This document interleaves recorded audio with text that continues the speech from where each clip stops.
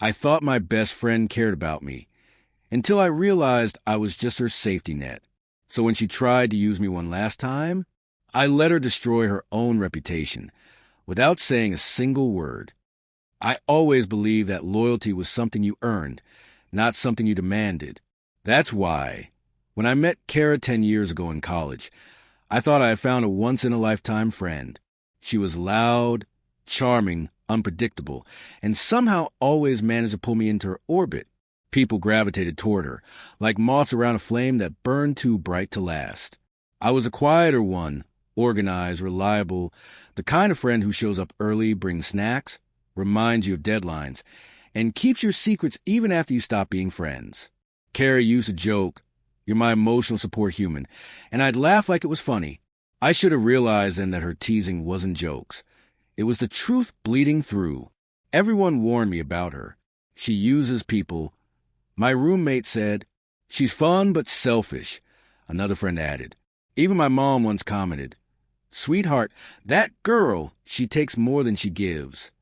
But I didn't listen. I always thought people misunderstood her. I believe I was the one person who saw the real her, someone fragile behind the confidence, someone who just needed a loyal friend to stay. Turns out I was wrong. Kara's using me didn't happen all at once. It was slow, creeping, the kind of thing you only see when you look back and realize every red flag had been waving in your face like a neon billboard. Borrowing money just until payday, never paid back, asking me to help with her assignments, meaning I did them, dragging me to hangouts with people who never acknowledged me because I was a friend who tagged along, calling me only when she needed a ride or a favor or someone to rant to at 2 a.m. But she was always there for me in her own way. She made me feel included. She made me feel like I mattered.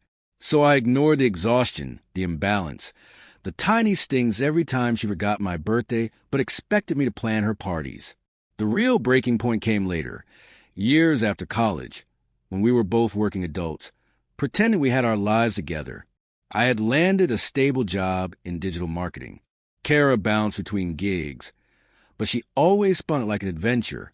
"Routine is for boring people," she'd say while asking if she could crash on my couch, just until I figured things out.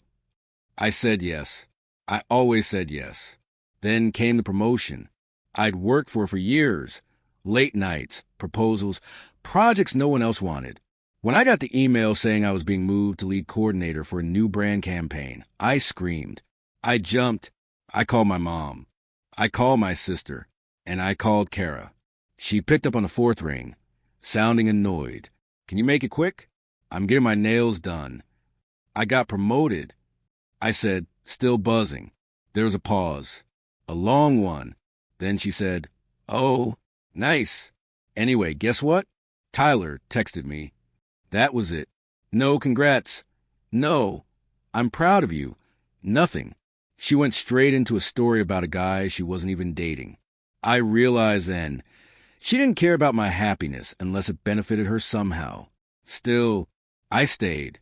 I kept being her friend. Until I found out the truth. One Thursday afternoon, my co-worker Melissa pulled me aside. "Hey, weird question," she said. "Does your friend Kara work with us?" "No," I said, laughing. "She's not in marketing." "Oh," Melissa frowned. "Then why is she telling people she consulted on your campaign?" My blood turned cold. "What?" Melissa showed me a screenshot from Kara's Instagram story. Love helping my bestie level up in her career. Wouldn't be a real friend if I didn't practically build this campaign myself. I stared at the screen in disbelief. She claimed credit for my work, the work I'd sacrificed weekends, sleep, sanity for. And it got worse. She had been messaging people, including my co-workers, telling them she was a creative mind behind the project. She name-dropped my boss. She boasted about insider knowledge. She even hinted she might be joining the company soon. She was using me, again, but this time, she was using me to build her reputation. A reputation built entirely on lies. I didn't confront her. No, that would give her the chance to spin the narrative, to cry, to play victim, to twist it until somehow I was the bad guy. Instead, I decided to do something else. I stepped back and let her ruin herself. I didn't warn her when HR flagged her name. I didn't warn her when my boss asked me, who exactly is this Kara person emailing for meetings she's not invited to? I didn't warn her when she told people she'd be consulting for the company soon, and everyone smiled politely because they already knew she was lying. I simply let the dominoes fall, and they fell fast. Her unraveling began at a networking event hosted by our company. Kara insisted on coming as my plus one, and I let her. I wanted everyone to see her lie with their own eyes. She showed up in a dress made for attention, a smile too wide, confidence that wasn't real. When she introduced herself as a co-strategist of the brand campaign, my boss raised an eyebrow. "Oh," he said, "that's interesting, considering we've never worked with you." Kara froze. She stuttered. She tried to laugh it off. But the damage was done. People looked at her differently, whispered, stepped back, and I stood there quietly, sipping my drink, finally realizing how freeing it was not to save her from herself. That was only the beginning. When you're known as a liar in professional circles, word spreads fast. Suddenly, invitations stopped coming her way. People unfollowed her. Someone even posted a thread about her stealing credit from professionals. Her reputation collapsed in weeks. Not because I exposed her, but because she exposed herself. And for the first time in our friendship, I didn't catch her when she fell. I just watched. Kara didn't call me for 3 days after the networking event, which was shocking on its own. She was the type who needed constant attention, constant validation, constant reassurance that the world still revolved around her. Silence from Kara usually meant one thing. She was preparing a performance. On the 4th day, she finally texted, "Can we talk?" Not what happened, not did you know, not even a fake apology, just a demand, a command wrapped in fragility. I didn't reply. That evening she showed up at my apartment anyway, pounding on the door like she was the police. "Open up. I know you're in there. I can hear the TV." I considered ignoring her, pretending I wasn't home. But she wasn't the kind of problem that went away. You had to face her eventually or risk her breaking into the window like a chaotic raccoon. So I opened the door.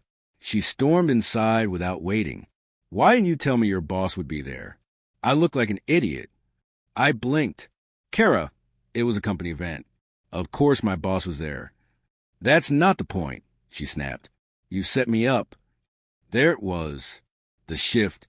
The moment she rewrote reality in her own favor. "What exactly did I set up?" I asked, keeping my voice calm. "You knew people would question me," she said. "You knew they'd challenge what I said." I raised an eyebrow. "They challenged your lies." Her face twitched. "They weren't lies. I helped you." "No," I said. "You didn't. Not once. Not ever." She stared at me like I'd slapped her. Kara wasn't used to being denied, especially not by me. "I made you," she hissed quietly. "Without me, you'd still be invisible. I brought you into every room that mattered." I actually laughed. She flinched like the sound offended her. "You didn't bring me anywhere," I said. "You used me for rides, for money, for emotional support, and now for credibility." Kara crossed her arms, chin lifted in the way she did when denying reality. "You're just jealous." "Of what?" She opened her mouth, closed it. Her eyes darted around like she was searching for an answer. "That people like me," she finally said. I felt a strange sense of sadness wash over me. Not for her, but for the years I wasted trying to keep a friendship alive that never actually existed. Kara never saw me as a friend. She saw me as a tool, a prop, a background character in the story of her life. "Kara," I said softly, "people don't like you. They tolerate you. And they only do that because you make sure to surround yourself with people too scared to call you out." She stiffened. "You think you're better than me now? Just because you got some stupid promotion." "No," I said. "I think I'm finally done." That hit her harder than anything else I said. Her expression cracked. Just for a second, I saw fear. Panic. Not because she cared about losing me, but because she didn't know how to function without someone making her life easier. "You'll regret this," she whispered. I already regret staying this long." She stormed out, slamming the door so hard a picture frame rattled. Silence filled the apartment. A strange, warm silence. The kind you don't realize you've been missing until it finally arrives. A week passed. I expected her to lash out online, to post vague quotes about fake friends and jealous people, to twist the narrative until she was the innocent heroine betrayed by the villain me. But instead, something surprising happened. She disappeared. No posts, no stories, no tagging restaurants or clubs. Her digital footprint went silent. At first, I thought it was a tactic. She loved dramatic silence. It made people chase her. But days turned to weeks, and her presence dwindled like a fading signal. And then I heard the truth. My co-worker Melissa approached me in the break room. "Hey, is your friend okay?" "What do you mean?" "She applied for a job here," Melissa said. But everything she put on her resume didn't check out. HR flagged it immediately. My stomach dropped. She'd applied here? Yeah, and apparently at 3 other agencies in the city. But after the networking event, everyone knows she lied. She's kind of blacklisted. I didn't know what to say. I didn't know how to feel. Part of me felt vindicated. This was a natural consequence of her choices. But another part, the small, stubborn part of me that had once loved her like a sister, it hurt to know she had dug her hole so deep she couldn't climb out. Still, she did it to herself. I owed her nothing. 2 months passed without a word from her. I moved forward. My career thrived. My boss complimented my campaign. My team respected me. I started sleeping better, laughing more, feeling like a full person instead of a supporting character. Then one evening, I got a message. From Kara, "I need help." 3 words. No explanation. No apology. No context. Just a demand dressed as vulnerability. I stared at it for a long time. Then I turned off my phone. I had learned something in those months. You can't save someone who treats your kindness like a resource to consume. I wasn't going to be her safety net anymore. Not again. Not ever. I didn't respond to Kara's message. Not that day, not the next, not the week after. For once in my life, I chose silence. And that silence did something unexpected. It exposed her. Because the moment I stopped cushioning her mistakes, the world finally saw the real Kara. I didn't even have to say a word. 2 weeks after her vague, "I need help" message, I ran into someone I hadn't seen in a long time. Lila, a woman Kara once called her closest friend. This meant, of course, that Lila was someone Kara frequently used until she no longer needed her. "Hey," Lila said awkwardly when she spotted me at a local cafe. "Do you have a minute?" We weren't close, but the tone in her voice told me something was wrong. So I nodded. She exhaled. I'm sorry. About everything." I frowned. "What do you mean?" "Kara," she said, "I believe her when she told people you betrayed her. I'm embarrassed. I didn't ask for your side." "Ah." So Kara did try to spin the story. No surprise there. "It's fine," I said. "I'm not mad. And honestly, I'm glad you're out of it." Lila looked relieved, and then, surprisingly, sad. "She burned every bridge," she whispered. "Every single one. She blamed everyone but herself. And when people stopped believing her, she just changed targets." I tilted my head. "Targets? You," Lila said. "Her family, old friends, employers, anyone who didn't give her what she wanted." That sounded like Kara. Classic, exhausting, self-sabotaging Kara. "She told people you spread rumors about her at that networking event," Lila continued. "But multiple people filmed it, so..." "Filmed what?" I asked. Lila's eyes widened. "You didn't know? Someone posted a clip online." My stomach dropped. A slow, creeping dread spread across my spine. "Posted what clip?" Lila pulled out her phone and tapped through her feed. Then she turned the screen toward me. It was worse than I imagined. The clip, barely a minute long, showed Kara bragging, with zero shame, about being my mentor, my coach, and the reason I'd gotten hired. She claimed she rewrote all my work, that she held my hand through every project. And the final cherry on top, that she was only keeping me around because she felt sorry for me. The comments were brutal. Wow, the delusion is insane. She really thought this was a flex? Imagine lying like this in public. She's jealous of her friend. That's obvious. This is why I hate networking events. The video had over 200K views. I wasn't sure whether to laugh or cry. She tanked her own reputation, Lila said softly. No one trusts her now. She tried applying my company too. We rejected her instantly. It felt unreal, like watching a storm from a distance, and suddenly realizing the debris raining down used to be pieces of your own house. My hands trembled slightly. Why are you telling me this? Because I think she's going to try to come back to you, Lila said. She has nowhere else left, and she'll frame it like she's changed, like she deserves a second chance. I swallowed. A lump formed in my throat. Not because I miss Kara, but because I understood exactly what Lila meant. She always comes back, I whispered. And she always takes more when she does, Lila replied. A few days later, my phone buzzed. Kara again. But this time, she didn't ask for help. She sent a paragraph. You're the only one who never gave up on me. I know I hurt you, but I'm trying to fix my life. Can we meet for coffee? Just talk? I miss you. There it was. The hook, the bait, the performance. Except this time, something was different. She didn't sound demanding, or arrogant, or entitled. She sounded desperate. And desperation made her dangerous. Because when someone like Kara feels cornered, they don't seek healing. They seek control. I didn't answer. I let the message sit unread, unacknowledged, unrewarded.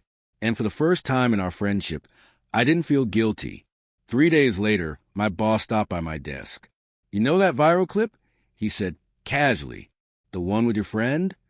I tensed. Yes. He gave me a reassuring smile. Don't worry. If anything, it boosted your credibility. You handled the whole situation with a lot of professionalism. I blinked. I didn't do anything. Exactly, he said. You didn't get dragged into drama. You didn't feed it. You didn't retaliate. That's admirable. My chest warmed with something I didn't recognize at first. Pride. Real, genuine pride. Not the flimsy validation Kara used to absorb on my behalf and hold hostage. My boss continued, when people show you who they are, believe them. You dodge a bullet. He walked away. And those words stuck to me like glue. When people show you who they are, believe them. Kara had spent years showing me. I had just refused to see it. But now the picture was crystal clear. Kara didn't give up easily. I should have expected that. When I didn't reply to her first, I miss you text. She tried again, this time longer, apologizing for everything, reminding me of our good memories, painting herself as a victim of stress, burnout, betrayal. Anything except her own choices. Then she sent the line that almost got me, no one else believes in me anymore. Please don't be like them. Classic Kara, turning her consequences into someone else's responsibility. But the truth was painfully simple. People didn't stop believing in her. She just ran out of people to blame. And for the first time since I'd known her, she had to face a reality she couldn't manipulate. The final straw came a week later. I was at home, finally relaxing after a long day, when my phone lit up with a message request from an unknown number. It was from her sister. I'm sorry to bother you, but Kara told our parents that you started the rumors about her. She's telling people you betrayed her career. My chest tightened. Even after everything. Even after the viral video. Even after her bridges burned. Even after she pretended to apologize. She was still using me as a shield. Still twisting the story. Still lying. Still expecting me to absorb the fallout like I always had. I stared at the screen for a long time. Then I finally understood. If I didn't end this now, she'd keep coming back for the rest of my life. Not because she cared about me, but because she needed someone to stand on. And I had spent too many years letting her stand on me until I couldn't breathe. I opened our chat. For the first time in years, I didn't overthink. I didn't rehearse. I didn't soften anything to protect her feelings. I just told the truth. Kara, I wish you the best, but I can't be in your life anymore. Not as a friend, not as support, not as your backup plan. I've forgiven you, but I'm done being hurt by you. This is the last time we'll speak. Take care. I hit send. It was terrifying. It was liberating. It was final. She replied within minutes. A screaming paragraph. Accusations. Guilt trips. Threats to expose me for things I never did. The same spiral I'd seen 100 times. But for once, I didn't read past the first line. I blocked her, not out of anger, but out of peace. Because some people don't change when you help them. Some people change only when you leave. Weeks passed. Life got quieter, easier, lighter. My work improved. I made real friends. The kind who didn't need me to shrink so they could grow. The kind who clapped when I won. And one random morning, while walking to the office, I realized something. I no longer check my phone expecting drama. I no longer rehearse conversations in my head. I no longer carried the weight of someone else's chaos. Kara wasn't gone from my life. I was just finally free. If there's a lesson in all this, it's this. Leaving someone isn't the same as quitting on them. Sometimes leaving is the only way to stop them from destroying you. And sometimes the strongest thing you can do is walk away for good.